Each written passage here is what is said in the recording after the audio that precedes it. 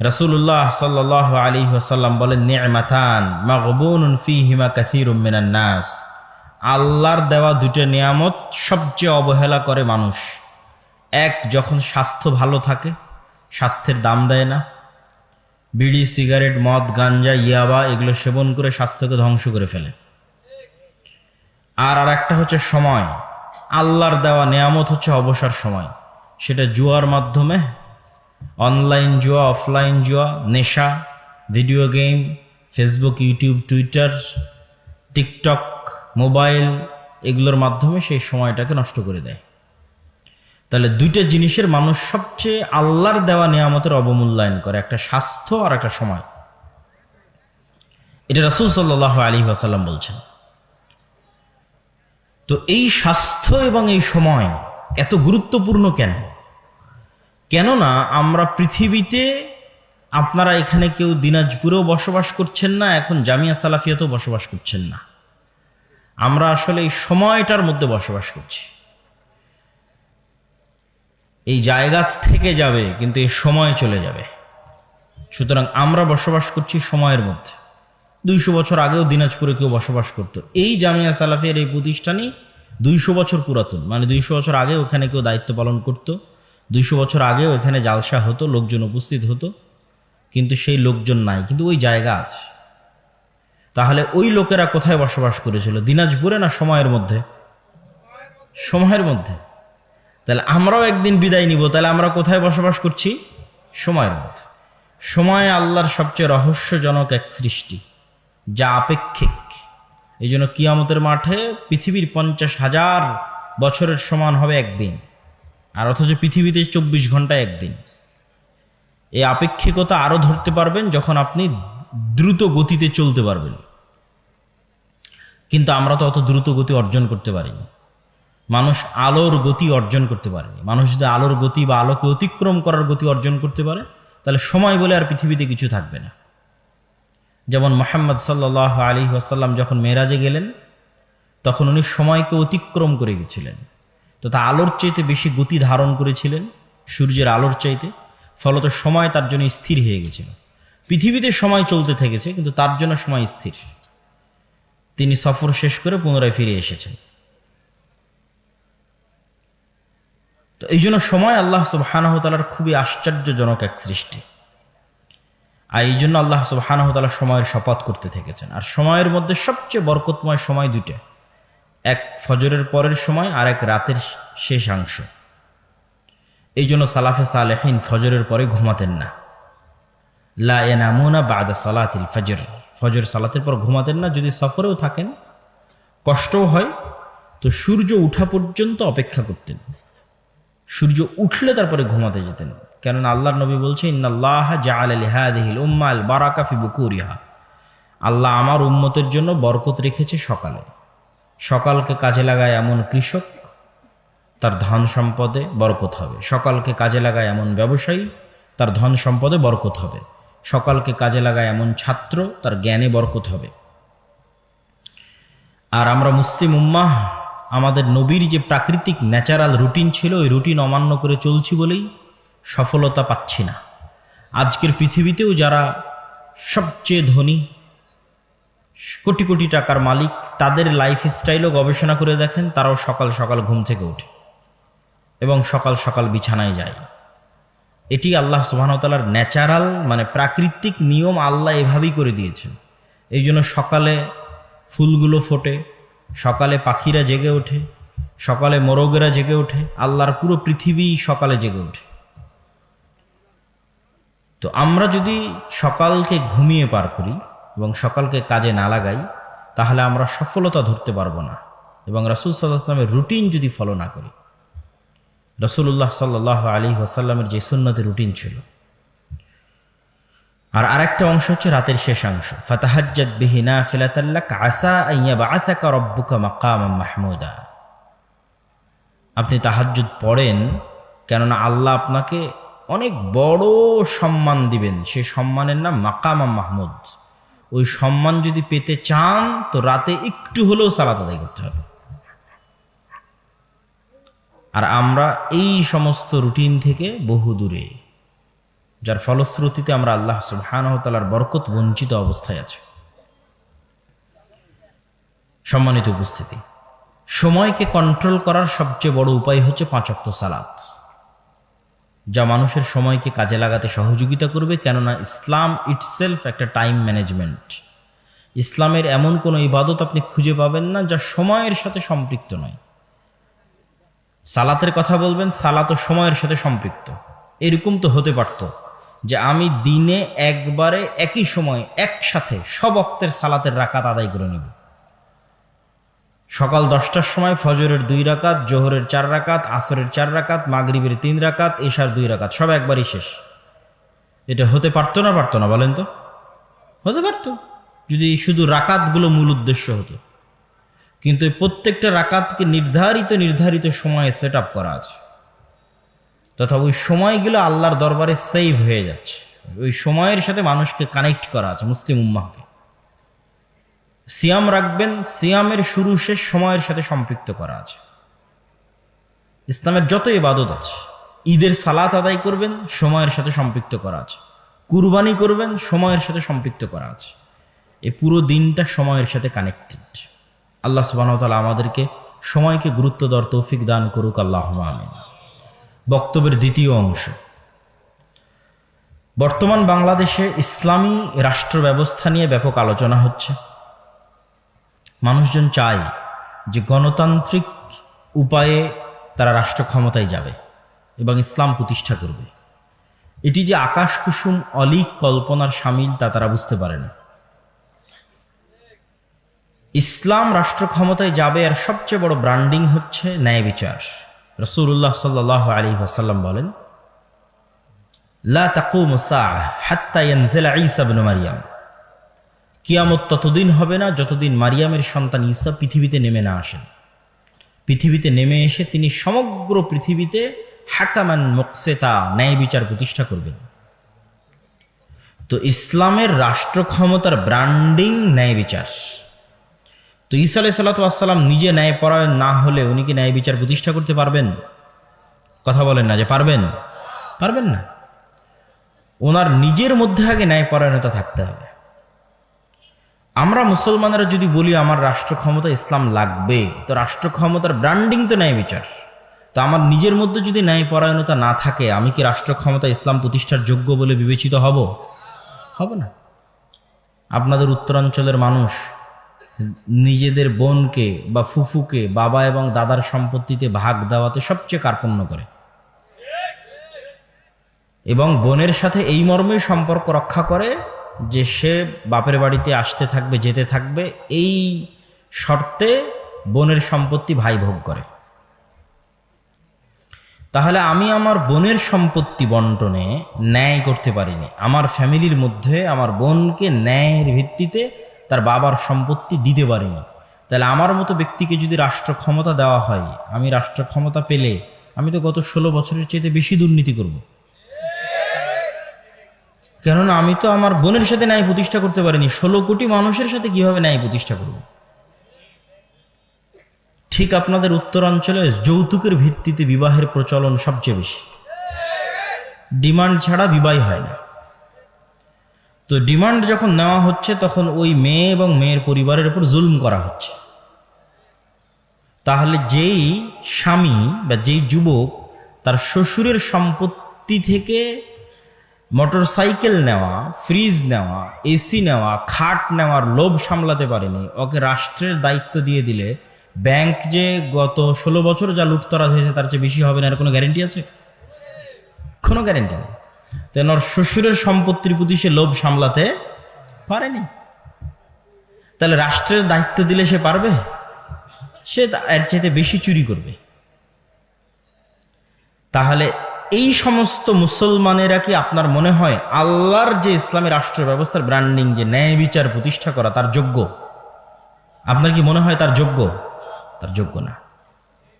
একই অবস্থা ইসলামী দল, ইসলামী সংগঠন, ইসলামী মাদ্রাসা, ইসলামী মসজিদ, ইসলামী ফাউন্ডেশন, সব জায়গায় সকল ক্ষেত্রে ইসলাম আছে, বাহ্যিক রিচুয়ালস, আনুষ্ঠানিকতা, সালাত, সিয়াম, হজ, যাকাত, নাই কি ন্যায়।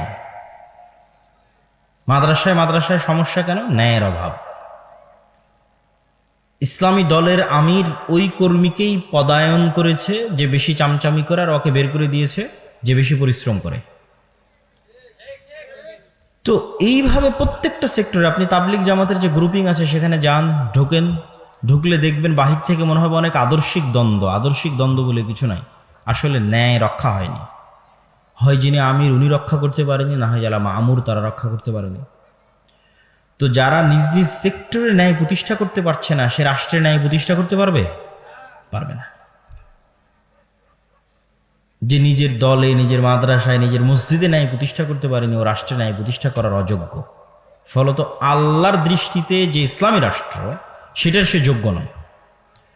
আবার যদি মিথ্যার দিক থেকে দেখেন, যে মিথ্যার অপরাধ মুসলমানদের কাছে কতটা হালকা হয়ে গেছে আজকের যুগে, যেখানে তৎকালীন মক্কার কাফের মুশরিকরা পর্যন্ত যারা নেতা ছিল, নেতৃস্থানীয় জায়গায় ছিল, তারা মিথ্যাকে ভয় পেত।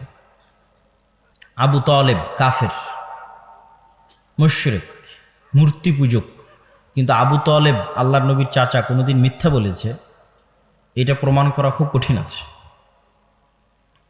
আবু তালেব তার জবানের দাম রক্ষা করার জন্য 3 বছর তার ভাতিজা মুহাম্মদ সাল্লাল্লাহু আলাইহি ওয়াসাল্লামের সাথে শিয়াবে আবি তালেবে না খেয়ে বয়কট অবস্থায় জীবনযাপন করেছে, শুধু মুখের কথা রক্ষা করার জন্য।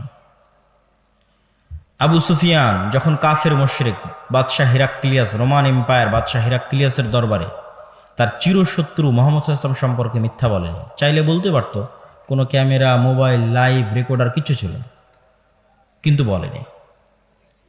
কিন্তু আপনি এখন বাংলাদেশের কোনো এক রাজনৈতিক দলের নেতাকে আর এক রাজনৈতিক দলের নেতা সম্পর্কে জিজ্ঞেস করেন, যা বলবে সব মিথ্যা।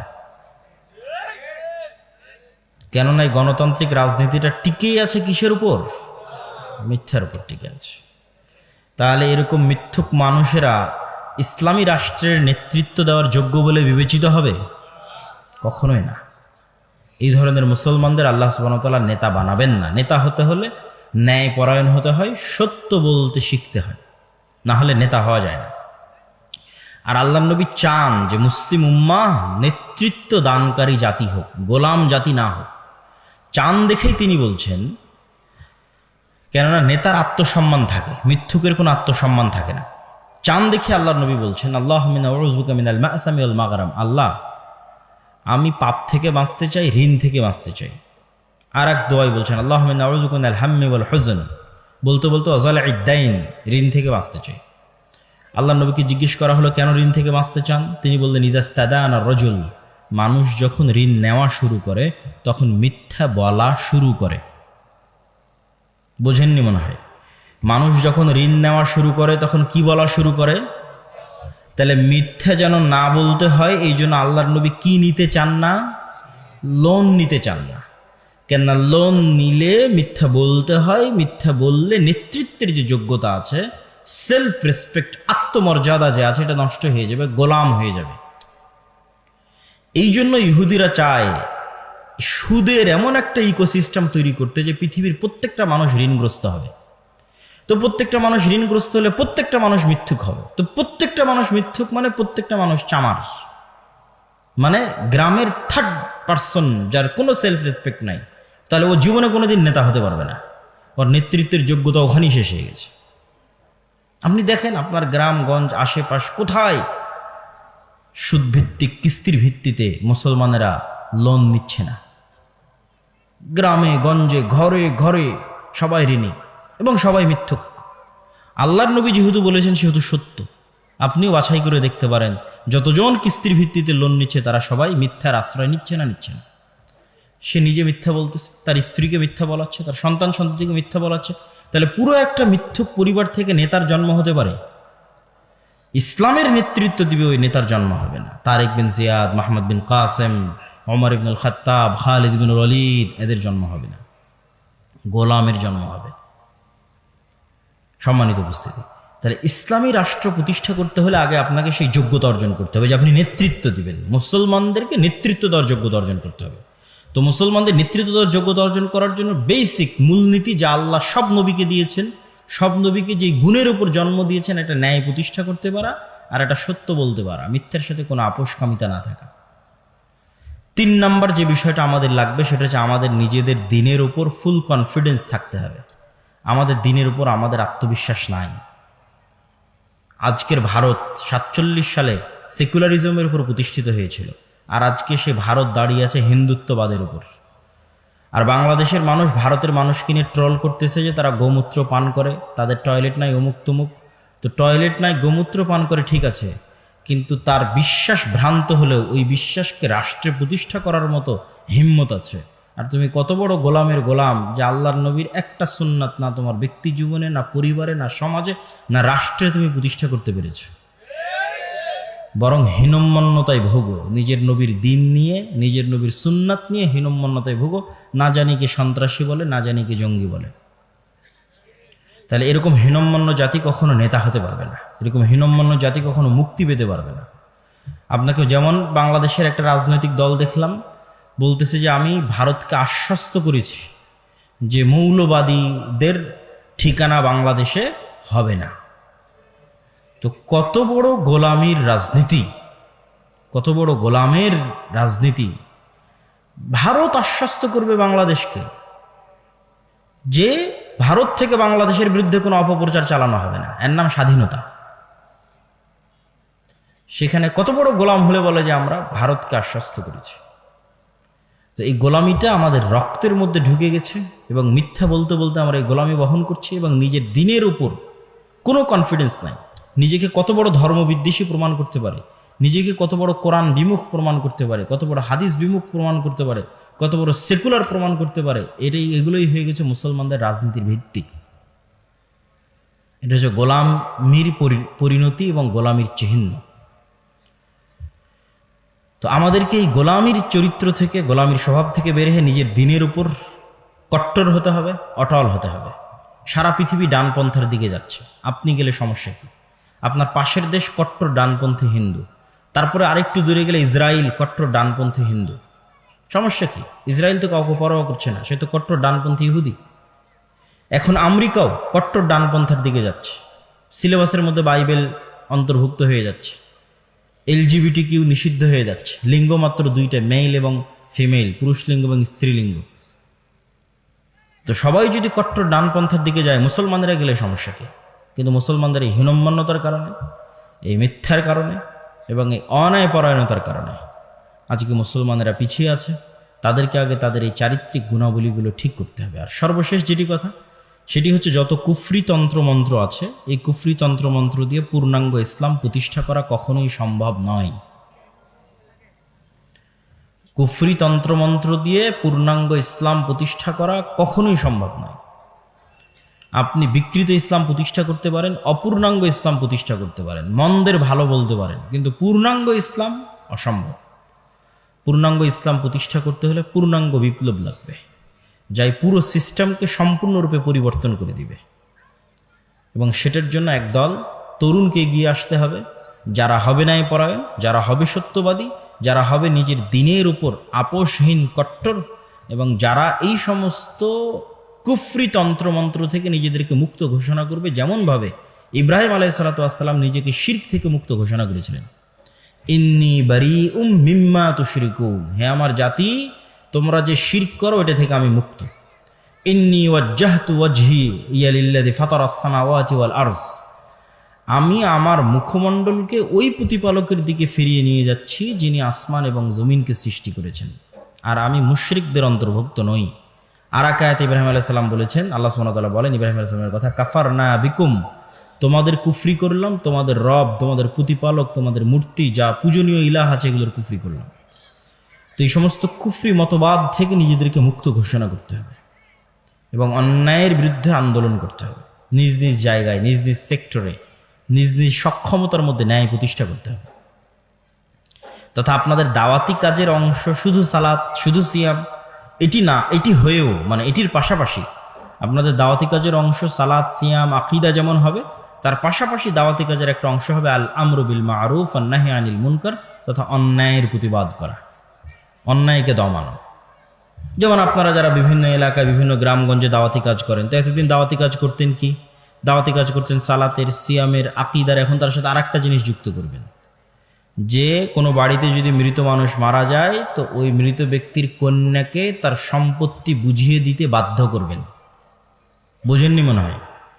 তাহলে আপনি কি প্রতিষ্ঠা করলেন বলেন তো? ন্যায় প্রতিষ্ঠা করলেন। তো ন্যায় প্রতিষ্ঠা করলেন মানে নেতা হয়ে গেলেন। এটা জেনে রাখেন যে ন্যায় প্রতিষ্ঠা করা মানে বাই ডিফল্ট নেতা হওয়া। আপনাকে আর আলাদা করে নেতা হতে হবে না, আলাদা করে ভোট চাইতে যেতে হবে না। আপনি ন্যায় প্রতিষ্ঠা করতে পারছেন মানে নেতা হয়ে গেছে। যত বেশি পরিমাণে ন্যায় প্রতিষ্ঠা করতে পারবেন তত বড় লেভেলের নেতা হবেন। এভাবেই আল্লাহ সুবহানাহু ওয়া তাআলা পৃথিবী সাজিয়েছে। কোথাও যৌতুকের ভিত্তিতে বিবাহ হচ্ছে, ওটা বন্ধ করে দেন, বিনা যৌতুকে বিবাহের ব্যবস্থা করেন। যতদূর আপনার সাধ্যে কুলায় ততদূর আপনি মানুষের প্রতি হওয়া অন্যায়কে থামাবেন, আল্লাহর বান্দার প্রতি হওয়া অন্যায়কে থামাবেন, এবং আল্লাহর বান্দার মধ্যে যে ন্যায় আছে সেই ন্যায় প্রতিষ্ঠা করার চেষ্টা করবেন। আপনি যত বেশি পরিমাণে ন্যায় প্রতিষ্ঠা করার চেষ্টা করবেন আপনি তত বড় লেভেলের নেতা হয়ে যাবেন। কিভাবে আল্লাহ আপনাকে কবুল করবে, কিভাবে রাষ্ট্র ক্ষমতা দিয়ে দিবে, এটা আপনি চিন্তাও করতে পারবেন না। কিন্তু ওই জাজবা, ওই মানসিকতা আমার এবং আপনার মধ্যে থাকতে হবে, এবং শুরু হতে হবে নিজের থেকে। নিজের ঘরে নিজের স্ত্রী, নিজের পুত্র, আপনার স্ত্রীর সাথে আপনি ন্যায় করতে পেরেছেন কিনা, আপনার সন্তান সন্ততির মধ্যে ন্যায় প্রতিষ্ঠা করতে পেরেছেন কিনা, একদম নিজ জায়গা থেকে শুরু হতে হবে। নেতা হতে চাইলে, নেতৃত্ব দিতে চাইলে, রাষ্ট্রে ইসলাম প্রতিষ্ঠা করতে চাইলে। আল্লাহ সুবহানাহু ওয়া তাআলা আমাদেরকে সেই তৌফিক দান করুক, আল্লাহুম্মা আমিন। বক্তব্যের শেষের দিকে এসে আপনাদের সাথে কয়েকটা জরুরি কথা। এক, দাওয়া ইলাল্লাহ। আব্দুর রহিম প্রায় টানা 3 দিনের দাওয়াতি সফর দিনাজপুরের প্রায় সব উপজেলায় এসে যাওয়ার চেষ্টা করেছে। আমিও আপনাদের এই উত্তর অঞ্চলের বহু জেলায়, বহু উপজেলায় দাওয়াতি সফর দিয়েছি। আমাদের এই দাওয়াতি সফরগুলোর মূল উদ্দেশ্য মসজিদ ভিত্তিক দ্বীন শিক্ষাকে শক্তিশালী করা। প্রায় 500টা মক্তবের শিক্ষক আমাদের থেকে ট্রেনিং নিয়েছে। এই 500 মক্তবের শিক্ষককে আগামী 22 তারিখ আমাদের একটা অনুষ্ঠান আছে ঢাকাতে, সেখানে তাদেরকে আমন্ত্রণ জানানো হচ্ছে ফোনের মাধ্যমে। যারা হয়তো দেখছেন তারাও জানতে পারবেন।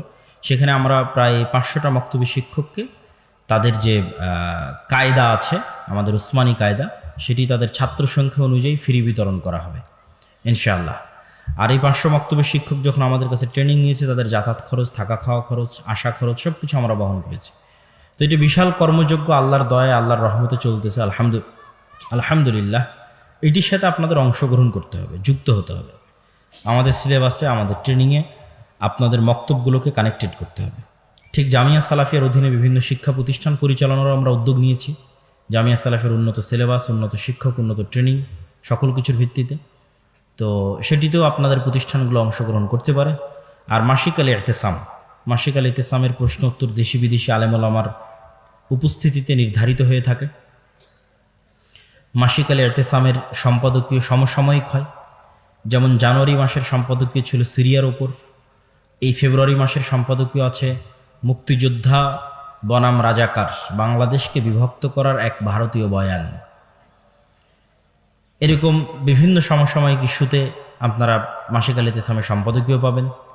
আর সর্বশেষ আগামী 13-14 ফেব্রুয়ারি আল জামিয়া সালাফিয়া রূপগঞ্জ নারায়ণগঞ্জে ভারত, পাকিস্তান, সৌদি আরব, নেপাল, বিভিন্ন রাষ্ট্রের বড় বড় আলেম ওলামা উপস্থিত থাকবেন। বিশেষ করে আল্লামা ইবতিসাম ইলাহি জহির, যিনি আল্লামা ইহসান ইলাহি জহির রাহিমাহুল্লাহর সন্তান, তিনি জামিয়া সালাফিয়ার দাওয়াতে বাংলাদেশে আসতেছেন। তিনিও আগামী 13-14 ফেব্রুয়ারি উক্ত সালাফি কনফারেন্সে উপস্থিত থাকবেন। পাকিস্তানের আহলে হাদিসদের সিংহ পুরুষ বলা হয় আল্লামা ইহসান ইলাহি জহির রাহিমাহুল্লাহকে, তার সন্তান, বড় সন্তান আল্লামা ইবতিসাম ইলাহি জহির। তা আপনাদের সকলের উদাত্ত আহ্বান থাকলো উক্ত আগামী 13-14 ফেব্রুয়ারির 2 দিনব্যাপী রূপগঞ্জের কনফারেন্সে উপস্থিত হয়ে সেটিকে সাফল্যমণ্ডিত করার, আর দাওয়া ইলাল্লাহর সাথে সম্পৃক্ত হয়ে মসজিদ ভিত্তিক দ্বীন শিক্ষাকে শক্তিশালী করার, এবং মাসিক আল ইতিসাম পড়া এবং ফ্রি বিতরণের মাধ্যমে এই দাওয়াতি কাজকে আরও শক্তিশালী, আরও জোরদার করার। আল্লাহ সুবহানাহু ওয়া তাআলা আমাদের সকলকে কবুল করুক, আল্লাহুম্মা আমিন। ওয়া আখিরু দাওয়ানা আনিল হামদুলিল্লাহি রাব্বিল আলামিন। সুবহানাকাল্লাহুম্মা ওয়া বিহামদিকা আশহাদু আল্লা ইলাহা ইল্লা আনতা আস্তাগফিরুকা ওয়া আতুবু ইলাইক। আগামীকাল বাদ ফজর দারসে কোরআন হবে, তারপরে জুমার সালাত শেখ আব্দুর রাজ্জাক বিন ইউসুফ পড়াবেন, এবং আগামীকাল রাতেও। সময় সম্পর্কে আল্লাহ সুবহানাহু ওয়া তাআলা বলেন, ওয়াল আসর ইন্নাল ইনসানা লাফি খুসর। শপথ সময়ের, নিশ্চয় সকল মানুষ ক্ষতির মধ্যে নিমজ্জিত। আর আমি বলি, শপথ সময়ের, নিশ্চয় সকল মানুষ সময় নষ্ট করে। আবারও শোনেন, ওয়াল আসর, শপথ সময়ের, ইন্নাল ইনসান আলাফি খুসর, সকল মানুষ ক্ষতির মধ্যে নিমজ্জিত। বাস্তবতা হচ্ছে শপথ সময়ের, নিশ্চয় সকল মানুষ সময় নষ্ট করে, এই জন্যই তো ক্ষতির মধ্যে নিমজ্জিত। তো আমরা কি পরিমাণ সময় নষ্ট করি? আল্লাহ সুবহানাহু ওয়া তাআলা পবিত্র কোরআন মাজিদে বলছেন, কাআন্নাহুম ইয়াওমা ইয়ারাউনাহা লাম ইয়ালবাসু ইল্লা আশিয়াতান আও দুহাহা। কঠিন কিয়ামতের মাঠে মানুষ দেখবে যে সে দুনিয়াতে বসবাস করেছে এক সন্ধ্যা অথবা এক সকাল। তথা আপনারা এখানে যারা বসে আছেন, কারো বয়স 50, 60, কারো 30, তো আপনি যদি এখন 60 বছর বয়সে মারা যান, তো আপনি পৃথিবীতে ছিলেন 60 বছর। অথচ আল্লাহ বলছেন আপনি কিয়ামতের মাঠে দেখবেন যে আপনি পৃথিবীতে বসবাস করেছিলেন মাত্র এক সকাল তথা কয়েক ঘন্টা, অথবা মাত্র এক সন্ধ্যা তথা কয়েক ঘন্টা, অথবা মাত্র এক দিন তথা 24 ঘন্টা। কেন এরকম দেখাবে? এরকম দেখাবে তার কারণ হচ্ছে পৃথিবীতে 60 বছর বসবাস করলেও আসলে পুরো সময়টাই নষ্ট হয়ে গেছে। কাজে লেগেছে কতটুকু? ওই 2-3 ঘন্টা, 3-4 ঘন্টা। সারা জীবনের সকল কাজে লাগা সময় একত্রিত করলে এক সন্ধ্যা হয়, এক বিকেল হয়, তথা কয়েক ঘন্টা হয়। তো এই জন্য কিয়ামতের মাঠে আপনি দেখবেন আপনি পৃথিবীতে বসবাস করেছেন কয়েক ঘন্টা। তো এটি ইবনুল কাইয়িম রাহিমাহুল্লাহ বলছেন যে মানুষ পৃথিবীতে 60 বছর বসবাস করলেও আসলে কোনো সময় সে সঠিকভাবে কাজে লাগাতে পারেনি। যেমন আল্লাহ বলছেন, ওয়াল আসর ইন্নাল ইনসানা লাফি খুসর, সকল মানুষ সময় নষ্ট করে, তবে ইল্লাল্লাযীনা আমানু, সময় নষ্ট করে না কারা? যারা ঈমান আনয়ন করেছে, ওয়া আমিলুস সালিহাত, সৎ আমল করেছে, এবং পরস্পরকে সত্য ও ধৈর্যের উপদেশ দিয়েছে। এই মানুষগুলোর সময় নষ্ট হয়নি। তো এখন আপনি বলবেন, তাহলে কি ঈমান ছাড়া, ইবাদত ছাড়া আমরা যা কাজ করি, কৃষিকাজ, ব্যবসায়িক কাজ, অফিসিয়াল কাজ, সবই কি সময় নষ্ট? না। রাসূলুল্লাহ সাল্লাল্লাহু আলাইহি ওয়াসাল্লাম বলেন, ইন্নাদ দুনিয়া কুল্লুহা মালউনা, পুরো পৃথিবী অভিশপ্ত। শুধু যা আল্লাহর জন্য করা হয়, জ্ঞান অর্জন বাদে আল্লাহর জন্য যা করা হয় তা বাদে, তথা পুরো পৃথিবীর সব কাজই সময় নষ্ট, ওই কাজটুকুই সময় নষ্ট নয় যা আল্লাহর জন্য করা হয়। তো কৃষি কাজও আল্লাহর জন্য করা সম্ভব, ব্যবসায়িক কাজও আল্লাহর জন্য করা সম্ভব, চাকরি বাকরিও আল্লাহর জন্য করা সম্ভব, যদি মানুষ নিয়াত বিশুদ্ধ করে নেয়, তাহলে ওই সব সময়গুলো তখন কাজে লাগবে। আর যদি সেভাবে নিয়াত বিশুদ্ধ না করে, তাহলে কোনো সময় আসলে কাজে লাগতেছে না। দিনে রাতে 24 ঘন্টা মিলে পুরো সময়টা আমরা নষ্ট করতেছি।